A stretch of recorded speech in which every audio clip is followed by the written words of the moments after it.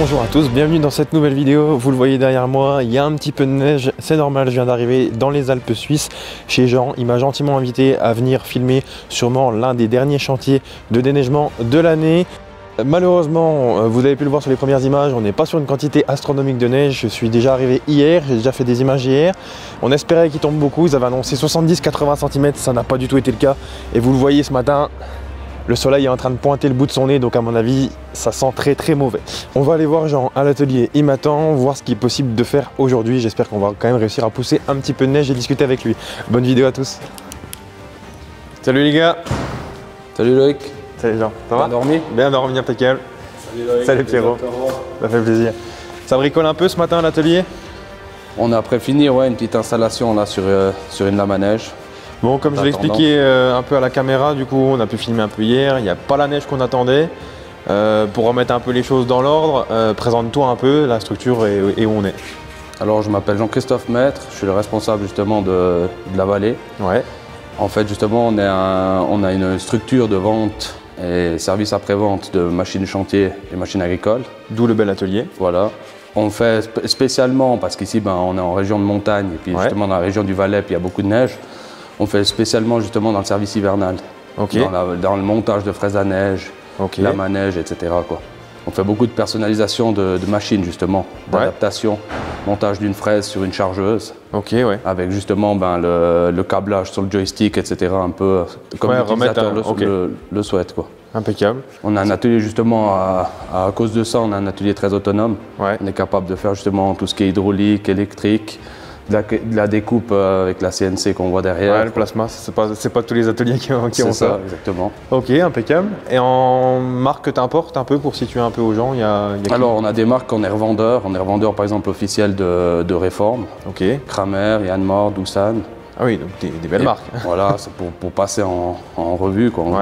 Voilà. Ensuite, on est importateur justement de certains produits. On importe justement les fraises à neige de la marque Ceruti, fabricant italien. Ensuite, on importe aussi des marteaux hydrauliques et puis des pinces de la marque Promov, aussi fabricant d'Italie. Ensuite, on est aussi un importateur de la marque Noek Trombia, c'est un fabricant finlandais. Donc c'est les machines, celle-ci, la machine qu'on a filmée hier. Exactement, voilà. Justement, sur celle-ci, tu fais quoi là aujourd'hui? Justement, j'étais après monter la ligne électrique en fait. Une petite modification justement parce qu'elle va sur une autre machine. Donc, je fais une correction sur le câblage électrique. Ok, impeccable. Pour la journée d'aujourd'hui, ça s'annonce comment? Malgré qu'il y ait le soleil et pas de neige, Alors oui, ça sera compliqué pour aller déneiger certaines zones. Malheureusement. Mais on a trouvé quand même là, il nous reste une route d'un accès d'un chalet privé. Et puis une route qui mène à une usine. Une usine électrique. Donc histoire de faire un peu de vue avec le soleil, ça peut être pas mal. Exactement. Et bien impeccable. Je te laisse finir ça, puis on se retrouve tout à l'heure en cabine pour le déneigement. Très bien, ça marche, à tout à l'heure, merci.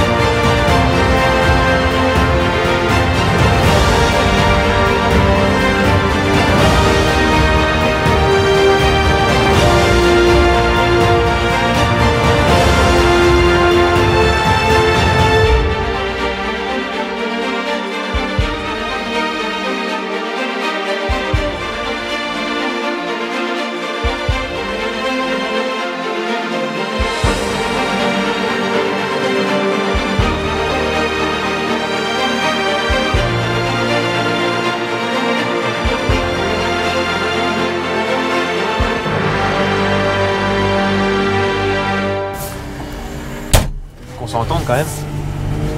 Bon, en effet, les conditions, comme tu m'as dit ce matin, sont pas les meilleures conditions, non. Mais il fait beau, ça fait quand même des belles images.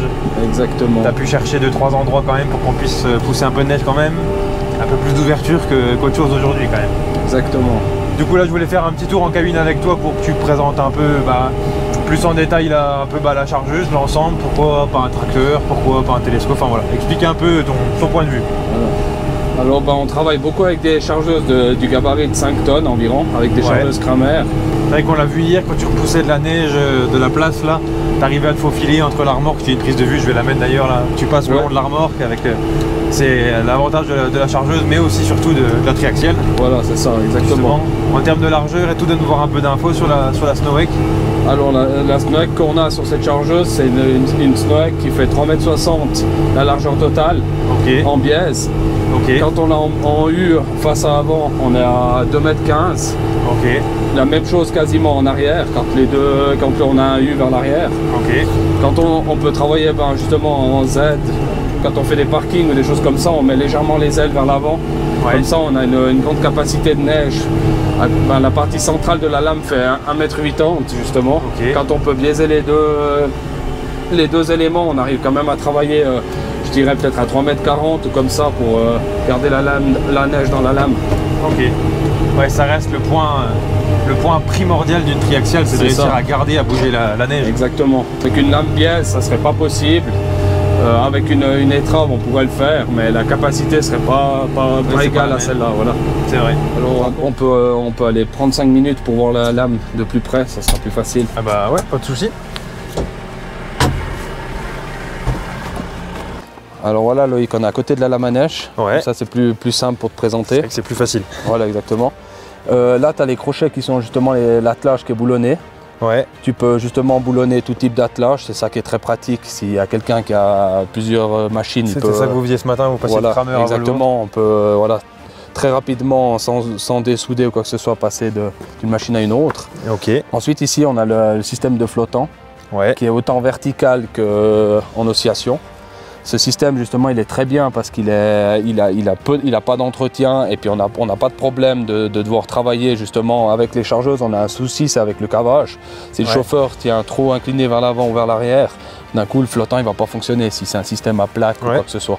Puis en plus c'est indépendant ça. C'est ça exactement. On l'a vu sur les images d'hier, tu prends une bosse d'un côté, elle se tourne. Exactement, c'est ça. Ensuite, pas mal. Si on prend l'avant, on a le bloc hydraulique. Nous, on les équipe toujours avec ce bloc parce que toutes les chargeuses de base ont un seul circuit hydraulique. Donc on a besoin plus de fonctions pour faire aller une lame comme ça, pour faire aller les oreilles.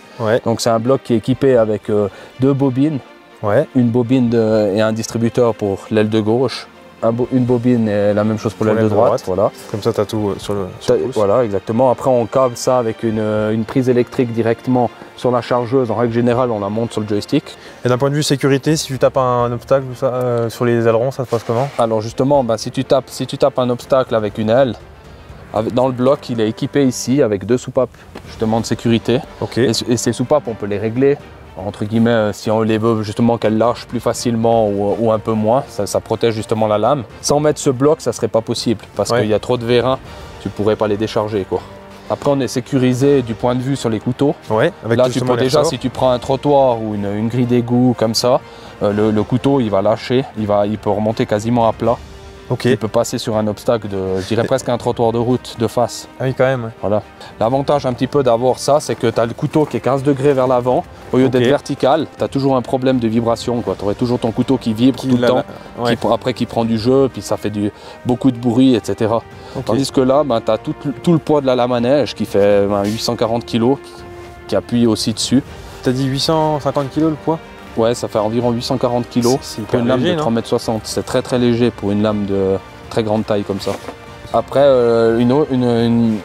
justement un grand avantage de cette lame, c'est que tu vois comme elle est ronde, elle roule la neige quoi. Oui, t'as pas besoin d'avoir. Voilà, elle va pas déborder, elle va pas déborder dessus, exactement, voilà, c'est ça. Après, on peut voir là la finition de la lame. C'est monté avec des feux LED, on peut voir que la qualité justement, les petits supports, c'est des feux qui sont totalement pliables, qui sont... il n'y a pas de risque voilà, en cas de choc et autres. Et puis on peut voir justement la qualité de fabrication de la lame. C'est pas du, voilà, c'est tout tubé avec des tubes flex, etc. Là on a justement des axes.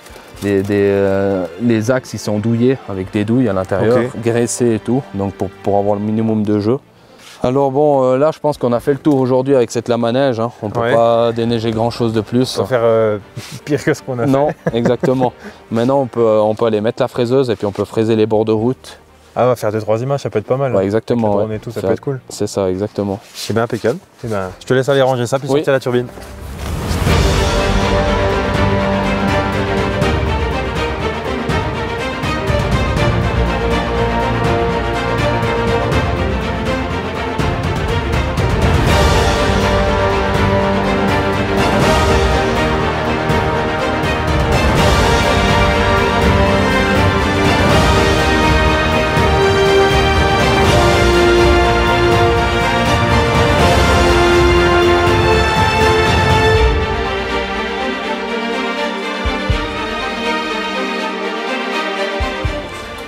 Voilà Loïc, alors on a fini la fraise. Ouais. Je ne pouvais pas te laisser partir sans visiter l'exploitation agricole de mon oncle. C'est clair. Qui est un élevage de vaches d'airain, qui est typique de chez nous. C'est clair, c'est vrai que j'en avais jamais vu.